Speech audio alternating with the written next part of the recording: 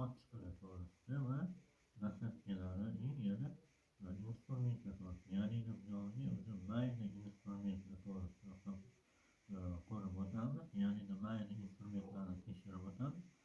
Agar shunaqa instrumentlar, shunaqa sochiqli yoki shunaqa instrumentlar bor sartaroshda bo'lsa, qo'rqmasdan любой salonga yoki sartaroshxonaga murojaat qilishsa, albatta qo'rqmasdan olishadi ishga va o'sha bitta joyda masalan nimani o'ylab borishgan bo'lsa, albatta yetishadi. Ya'ni qanaqa malga yetishadi?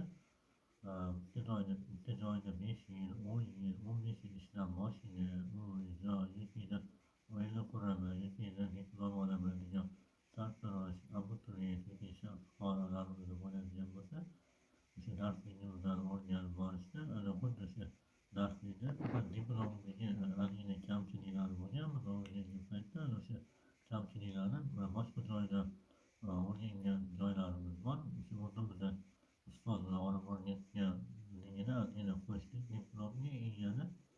Undan keyin o'zbekcha sartaroshxonani ochdik.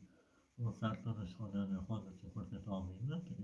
Lekin adresini aytib, adresi Yangiobod mahallasi Behzod ko'chasi bo'ladi va uzoqga ketmagan holda o'sha o'zimizlar mahallada ochdik va undan keyin yana narsani tushuntirib qo'ymoqchiman. Agar shunaqa mayli instrumentlar ishlasangiz boshlanishiga dastlabkisiga shunaqa mayli seleksiyadan qo'rqmaslik uchun, ya'ni so'chmasdan qo'rqmasdan ishlash uchun qanday diplomni oqlab ishlash uchun kundalik instrument deganda o'sha davlatimizdan ishlar fuqarolar boshqalar mashraqalar kiradi. Yana shunaqa instrumentlar hisoblanadi va keyinchalik sartaroshxonada ham qanaqa qonun qoidalari bor, u yog'ini ham